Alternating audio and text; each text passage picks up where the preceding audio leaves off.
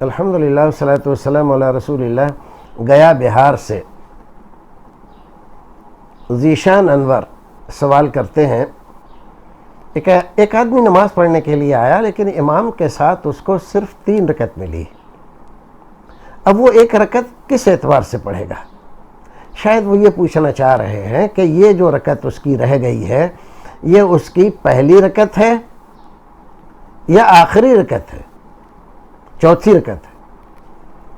تو دیکھیے اس مسئلے میں بھی علماء کے درمیان اختلاف ہے، لیکن زیادہ صحیح اور راجح بات یہ ہے کہ یہ اس کی چوتھی رکعت ہے، اس کو چوتھی رکعت سمجھ کر ہی پڑھے گا۔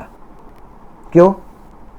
اس لیے کہ رسول اکرم صلی اللہ علیہ وسلم نے فرمایا فَمَا أَدْرَكْتُمْ فَصَلُّوا وَمَا فَاتَكُمْ فَأَتِمُّوا۔ جب تم نماز پڑھنے کے لیے مسجد میں جاؤ اور امام نماز پڑھا رہا ہو تو اس کے ساتھ شامل ہو جاؤ، جو تمہیں ملے اس کو پڑھ لو اور جو رہ جائے اس کو پورا کر لو۔ تو پورا اس کو کیا جاتا ہے جس کی کوئی بنیاد پہلے سے ہوتی ہے۔ تو 3 رکعت آپ کی پہلے ہے تو آپ تیسری پڑھیں گے۔ ایسا تو ہوتا نہیں کہ پہلی منزل آپ بنائیں نہیں اور دوسری تیسری آپ بنا لیں، تو بنائیں گے کس پر؟ اس کا بیس کیا ہوگا، اس کی بنیاد کیا ہوگی؟ تو زیادہ بہتر یہی ہے کہ اس کو چوتھی رکعت سمجھ کر پڑھا جائے۔ السلام علیکم ورحمۃ اللہ وبرکاتہ۔